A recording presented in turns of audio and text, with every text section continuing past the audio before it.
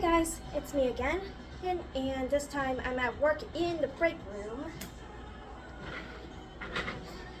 with a bit of another talk on nostalgia theater, which today it's mostly gonna be two movies instead of what I did, like three or more, because this one's a bit more relevant to what I want to talk about because the past two times I've tried to audition for a musical at the Temple Playhouse Theater.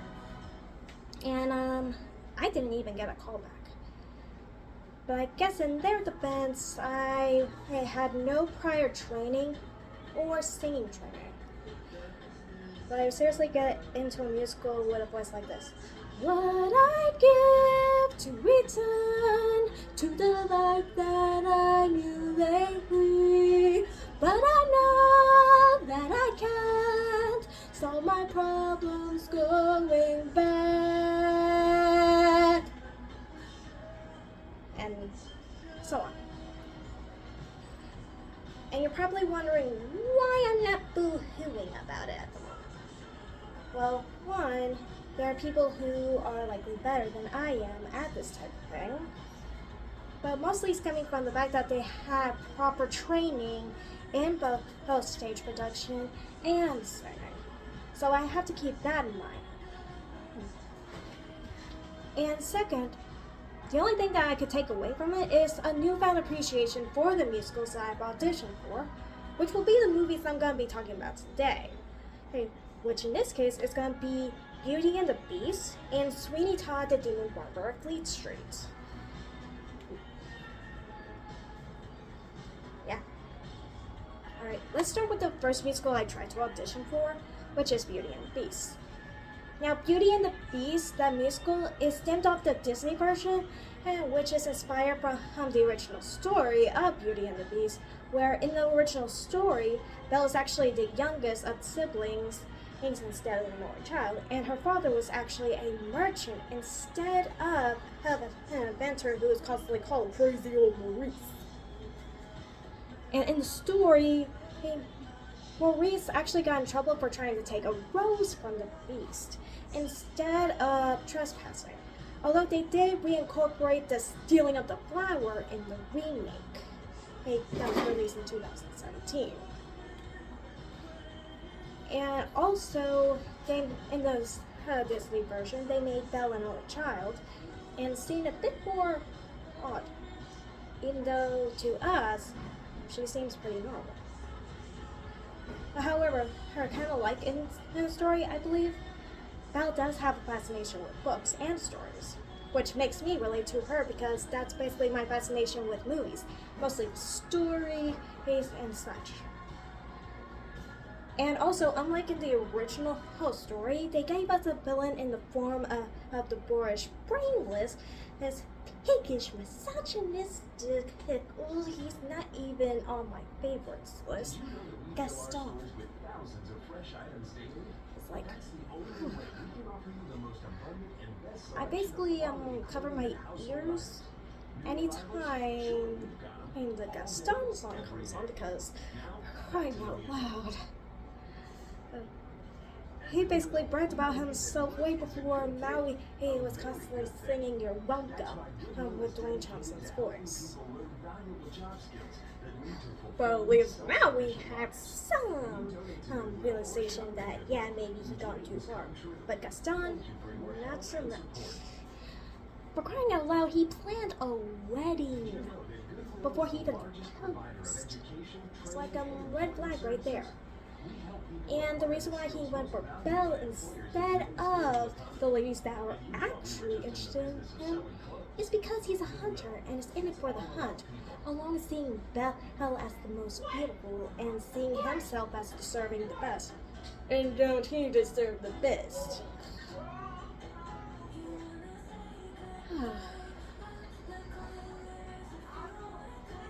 But I will say, the movie actually gave us some really amazing stories in a version that we didn't expect. And it even took away the Beast constantly asking Belle to marry him, and instead actually giving us the Beast and Belle slowly getting along as friends. The Beast going as far as to show Belle that he does support her interests. So, for those of you who say that Beauty and the Beast is Stockholm Syndrome, obviously didn't see the Beast actually. He realized maybe I should be a little nicer, and actually showed that maybe there may be more to me than what meets the eye. And it definitely did stem from that saying that the Beast isn't completely beastly when he saved Belle from the wolves.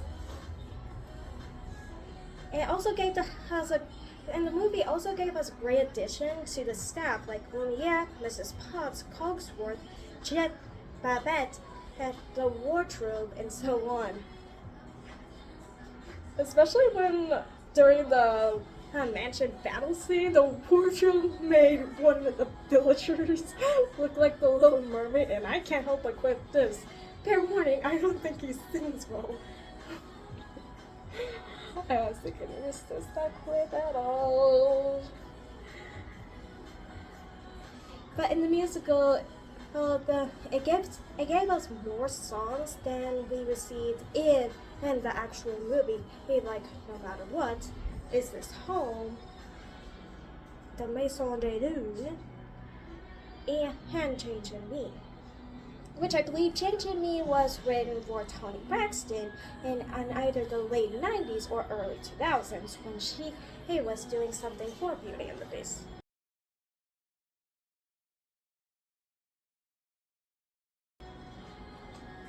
I believe so. Let me know if I screwed that up. Let me know if I screwed that back up. I would really appreciate that.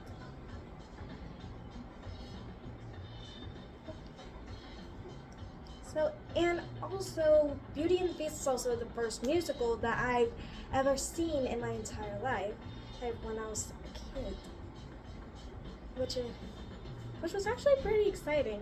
And actually sitting in the theater, watching the magic go on, despite the no special effects CGI type of stuff. Along with the story actually giving us a bit more reason as to why the Beast was turned into a beast.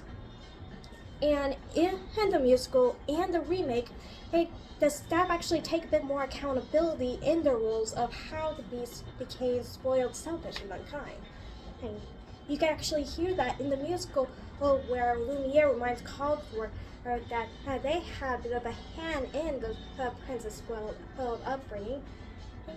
And in the remake, the staff explained after the Beast lost his father basically Cruel himself warped the Beast into a version of himself. And the staff did nothing. And that's actually something that I do appreciate, adding layers.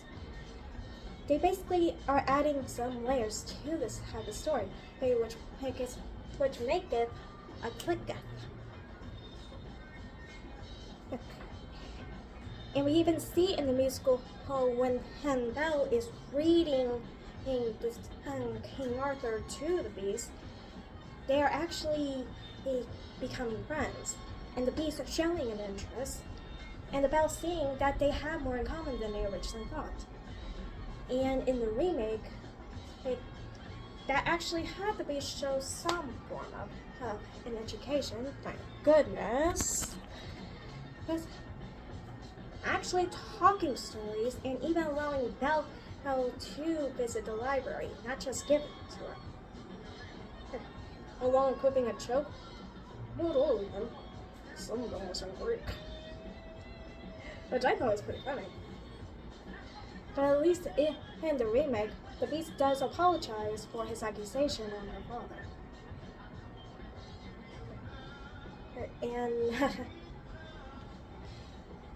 And also one of the craziest things that I don't think the people making the movies even realized, but in the 1991 animated movie, there was a bit of a foreshadowing. Whether some of you realize it or not. When Gaston had Lumiere wait outside Belle's house, when Belle and Maurice came back, food was in the form of a snowman. And in the remake, he was played by Josh Gad, who was well known for playing Olaf, or voicing Olaf in the movie Frozen, a snowman. 1991 foreshadowed the actor who's gonna play LeBoo in the live action. And another thing that I like about the live action is they basically made LeBoo realize, okay, maybe I've been backing the wrong person. Let me.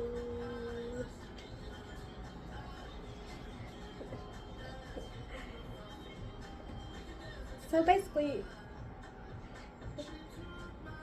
this is me appreciating the story behind the musical that I tried to audition for as Belle, which people are telling me rookie mistake for trying to aim for the lead role when I had no experience or training. But I will say this, I congratulate the girl who did get Belle, and I also thank the Typical Playhouse Theater for using my scarf in the musical when I made it when getting in touch with the whole character that I was auditioning for.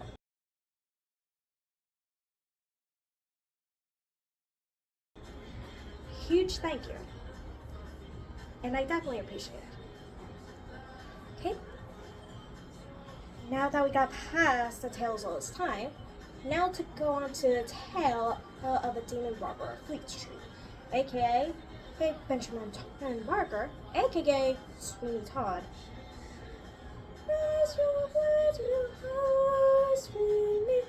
And let's get to the talk there. Now, Sweeney Todd actually appeared in a Penny Dreadful segment in the 1800s or so.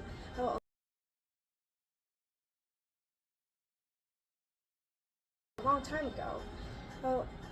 And it wasn't originally a musical until it came to Stephen Sondheim, and he formed it into a musical, giving a bit more of a musical drama and depth to the story itself. And before that, her composer, Chris, actually he added a bit more layers to Todd, giving him a backstory and motivation for his crimes.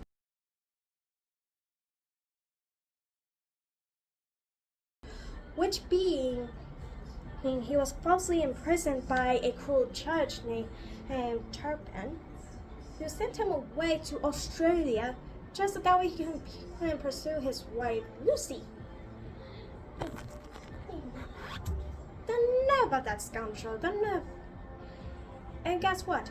Sometime after the sending away, Turpin sent his right-hand guy, Beetle, to bring Lucy to his place, where he up and raped Lucy in front of everyone at his party.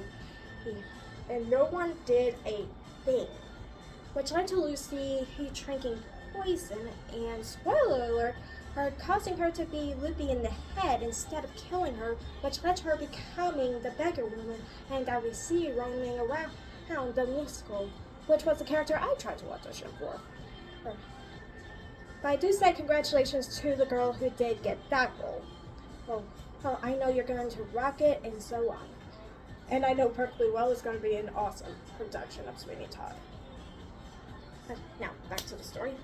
And after Lucy poisoned herself, Judge Turpin again, and hers and Benjamin Barker's daughter, Joanna, raised it as his own, and ever since.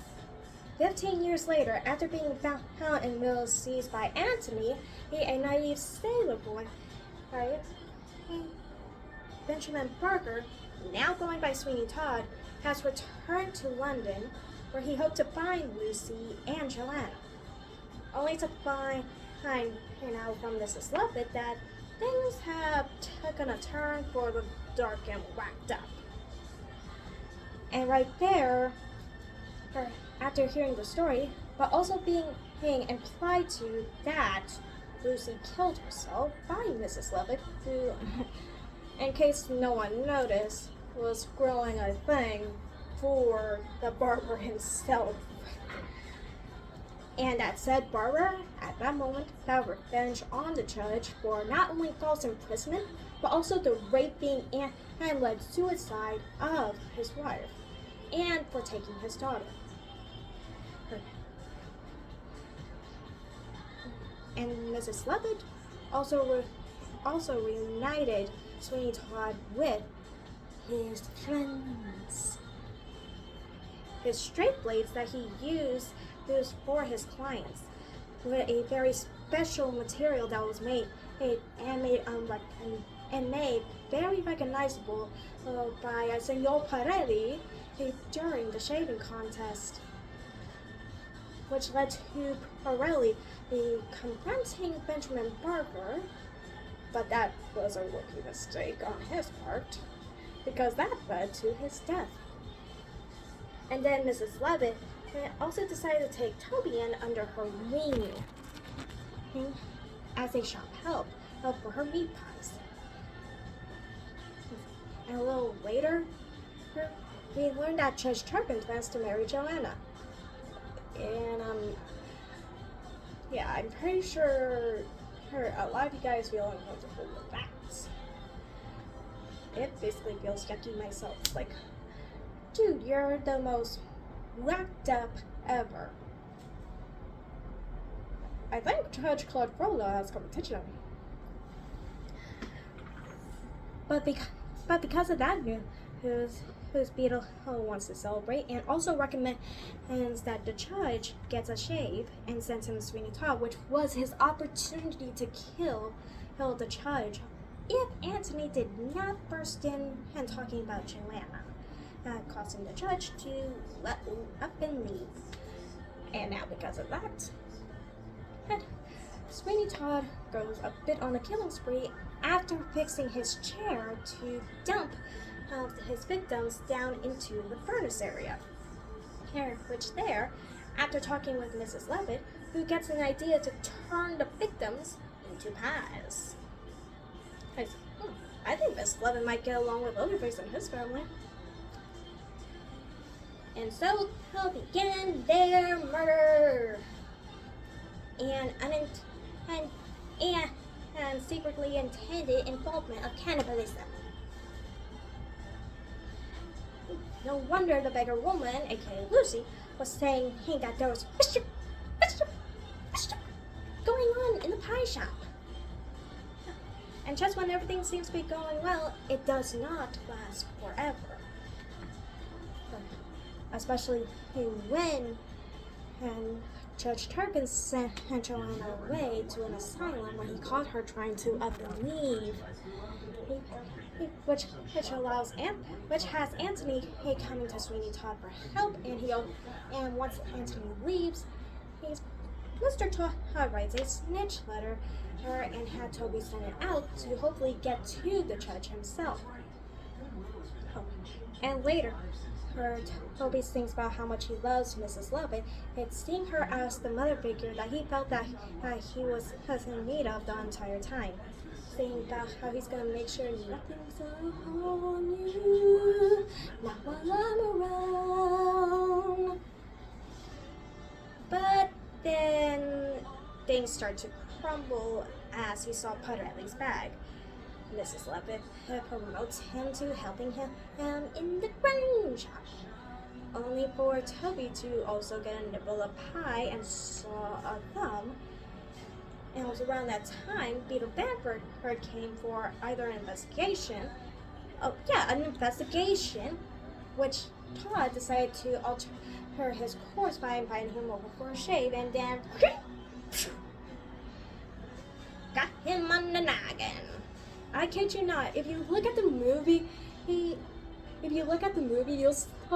basically think, oh my god, did Timothy Spall have his head cracked open? Like, damn. And also, a quick mention of the movie, Stephen Sondheim was actually very protective of his script, that he did not ever want it to be produced into a movie.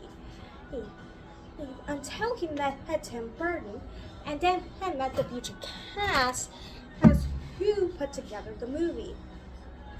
And it was then and there, after some conversation, some negotiating, some everything, so on, so forth, waiting, he gave his blessing.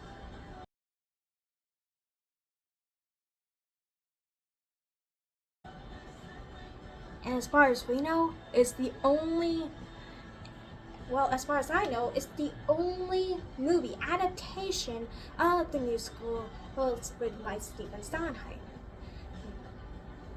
And that is ginormously saying something. Alright, back to the plot. And sometime later, after her Antony saved Joanna, brought her to Sweeney Todd's place, to have her hide out. And then the beggar woman came in and with a whole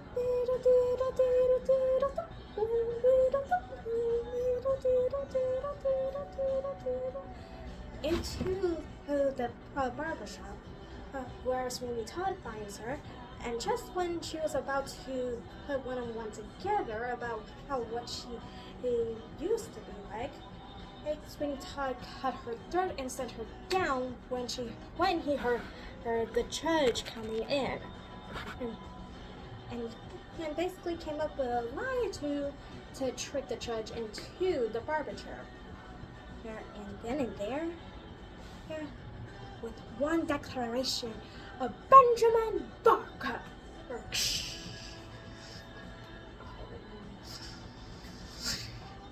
A magnificent revenge taken, and the judge sent down below, hopefully into some well-deserved hellfire. And then Sweeney Todd had found Joanna, but confused her for a youth. Just as he was about to finish her, he was stopped by Mrs. Levitt's scream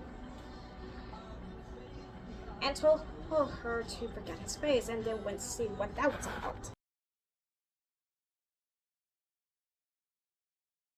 And getting to the furnace area is where Mr. Todd comes to face with a heartbreaking truth and the story's biggest twist. The beggar woman being his dear Lucy. And then finding out how Mrs. Levitt lied to him. Just a heads up, ladies, if you really like a guy and really want to get his pants on, try to make sure that they aren't on a murdery tendency. Because Sweeney Todd begs forgiveness only to shove Mrs. Levitt into the furnace. And then cradles his Lucy in his arms, which is very sweet. And since that Toby was nearby, holding one of his friends, and since Sweeney Todd no longer sees a reason to live, he allows Toby to.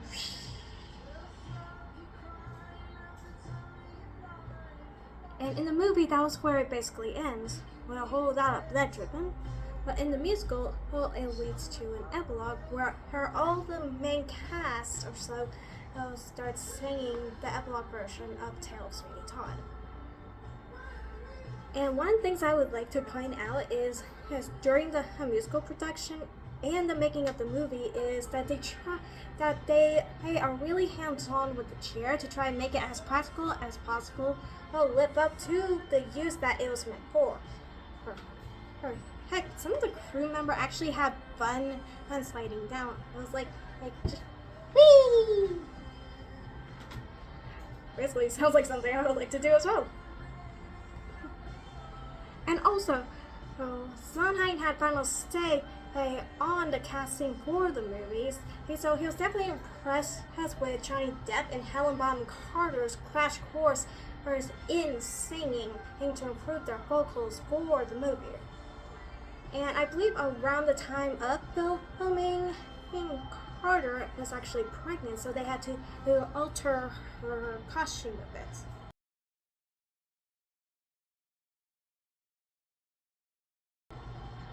Well, another crazy fact is she actually practiced her singing while baking. Lady got some motivation and dedication. Especially when, and it was revealed and behind the scenes interviews, that she had such a fondness for Mrs. Lovett her whole life, had dreams of playing her. It was basically a dream come true. Basically one of the advantages of being with Tim Burton himself. Yeah. And that's basically me talking about A Tale as Old as Time and The Tale of Sweeney Todd. And I can easily say I'm forever grateful for the Thibodeau Playhouse Theater for allowing me a chance to at least audition for their musicals. And hopefully there could be another musical that I might catch my interest and I could try to audition for, and maybe I might get a part then. Who knows? That's the best I can say is who knows. What I do know is Sweeney Todd at Thibodeau Playhouse Theater is going to be amazing. So I highly recommend giving it a watch. Yes, I am highly recommending going to see Sweeney Todd, the Demon Barber of Fleet Street at the Thibodeau Playhouse Theater.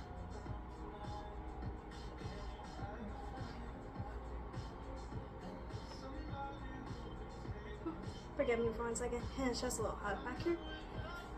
But anyway, hey, that's the nostalgia talk from this Nostalgia Theaters, and I'll catch you on the flip side, my beautiful nerds.